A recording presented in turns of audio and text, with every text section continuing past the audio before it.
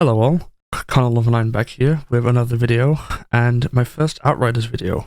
So over the past few days, I've been playing a bunch of Outriders with this new DLC called Worldslayer. If you guys have been long-time viewers of my Twitch, twitch.tv/Connor9, you would have seen that I am a Trickster main, so I thought that today I'd show off the build I've been using and some gameplay of it. Now, this build isn't fully my idea, just a heads up. It came from a known Outriders YouTuber called Wits, which his link will be in the description. And ever since I was able to get the set pieces for this build, I have loved it ever since, and it has massive damage potential. Here's a few screenshots. So let's get into the build, shall we? So let's go through all of the trees first, as they are the easiest to get out of the way.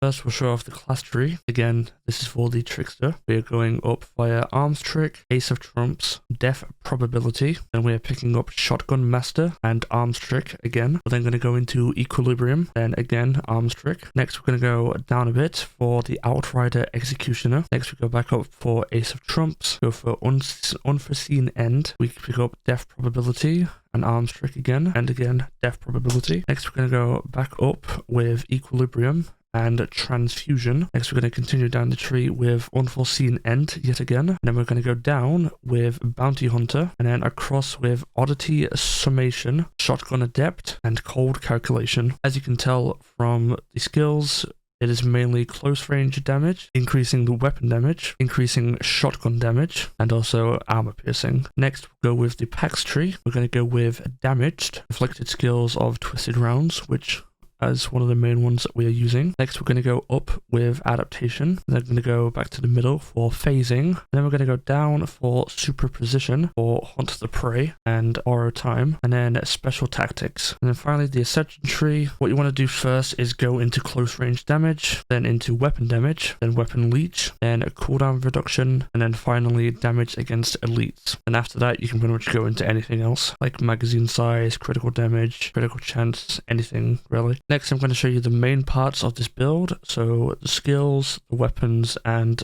the basic mods that you would require. For our skills, we're using Hunt the Prey. Select an enemy and teleport behind it, receiving an X amount of shield bonus. For the second, we're using Borrow Time. Receive X amount of shield and mark your location for 28 seconds. Triggering the skill again will bend space-time and teleport you back to your marked spot. And finally, Twisted Rounds. Fill your current weapons magazine with anomaly-infused bullets that increase your firepower by X amount. The skill lasts until you reload or switch weapons. And speaking of weapons, let us show the weapons next. As of right now, I'm using both Thunderclap and Death Shield. Now on Thunderclap, it rolls with critical damage, close range damage, and healing received. And this one in particular, for the anomaly mod, rolled with Till Death Do Us Part. Now I mainly use this for like general ad clear, and it can do a lot of damage, even with it just being like an ad clear weapon. Now for my primary weapon that I use for like boss DPS or just single target, that's when I use my Death Shield. Now that rolls with weapon life leech, healing received, and close range damage. As you can see, it also rolled with Fortress, and this one rolled with Anomaly Mutation as the anomaly mod, but I personally wouldn't go for this one.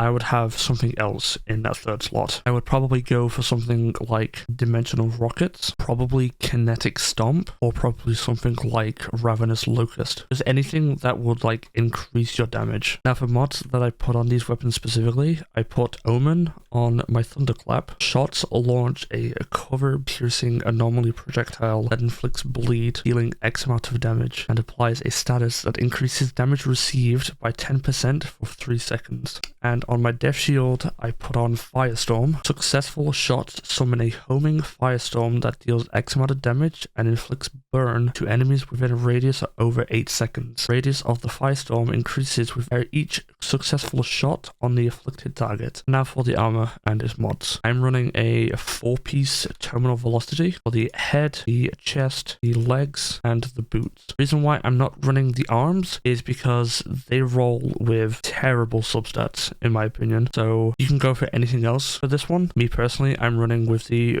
Ugake armor reps because they also roll with the close range damage. Now the mods that you want to be looking for are mods that obviously work alongside the skills. So me personally, I'm using Extermination Protocol on my head. I'm using a gun shield on my chest. I'm using Radiation Jump on my trousers. On my arms, I'm using Backstabber, and on my feet, I'm using a Buckshot Shells. Now for the mods that I crafted in, I'm using Captain Hunter, Death Shield, Instant Reload. I'm not using any crafted mod on my arms, but if you get only Backstabber, then you can roll anything else into the arms. Me personally, the second mod is Ready for Anything. And then finally, for the feet, I rolled in the Tainted Blood mod. Okay then, with that out of the way, I'll show you guys some gameplay, and you can see for yourself how good this build is.